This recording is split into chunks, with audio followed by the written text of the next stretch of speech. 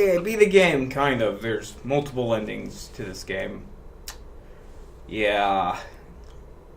What am I feel like I haven't even beat the game yet. I'm gonna talk about it anyways.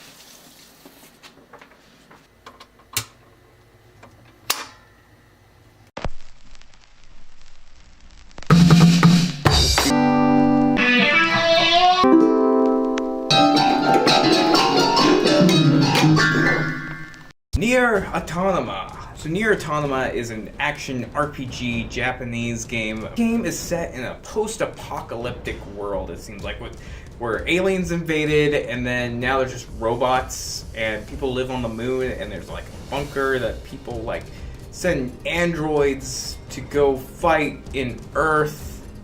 It's kind of complicated. Let's get into it. So story-wise, what is this game? So you play as an android called 2B, and you have your sidekick 9S. You basically are trying to fight off the robots. I just said robots. Just helping the resistance, and you're giving info to the bunker, which is you're basically your home base, and they're like kill robots and like other androids that went rogue or abandoned, basically, because that's a thing in this world, and it's kind of confusing at first. I'm not gonna lie, I had a lot of trouble following along with some of this stuff, but then some of it I got like that because I'm a little stupid, or I just don't know the lore that well of this world, because apparently this is a spin-off of some other series, and it's also a sequel to that spin-off. I don't know. This is the first one I played. And why did I start playing it? It looked like a hack and slash from the get-go, and I also played the demo, and the demo was pretty damn solid, and I was like, I'm definitely interested in seeing where this game goes. It just seemed like there was a lot of cool concepts in there. Fighter pilot sequences, there's like, there's always switching views, and it makes it more interesting and more cooler to look at. Sometimes it does make it a little harder at times. Also, this difficulty on this game is freaking hard. You know, mostly the time you spend your money and currency in the game on like weapons and upgrades and enhancements, basically. I mostly just spent my money on health potions, because holy crap, I was dying a lot, and I would have to like restart, because like save points in these games, and like they're kind of scarce sometimes, and they might make you backtrack quite a bit, and that made me a little frustrated at times, because there's some really hard segments, and then you just basically have to restart, and some of your health potions are gone, and you're like, I have to drop playing this game for a couple days at a time, or like a day at least, because I was getting frustrated with that, because there's some hard segments in this game, especially some of those bosses. If you're not a high enough level, you're gonna get fucked. The bosses you fight, like the two main villains, Shithead 1 and then Shithead 2, they're just, I hated them.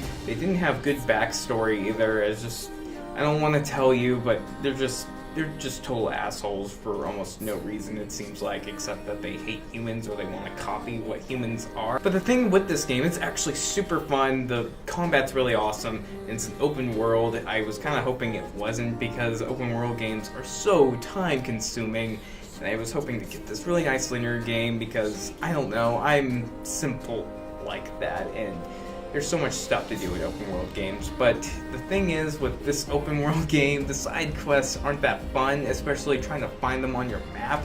That map is awful. I hate it. I hate that map. I really enjoyed this game. I'm actually going to play through the other endings, because when you beat this game, apparently there's more endings and more ways to play it, and I'm kind of excited about that, but also at the same time, it's going to be kind of a little time consuming. I'm trying to play other games too, you know. Seriously, the first playthrough I did of this game, it took me like 10 hours, so it'd probably take you 10 hours, but gameplay is really good. The story's intriguing, but the main characters aren't interesting. In my opinion, they're not interesting. None of the characters are interesting, actually, in this game, but the background and the setting is awesome.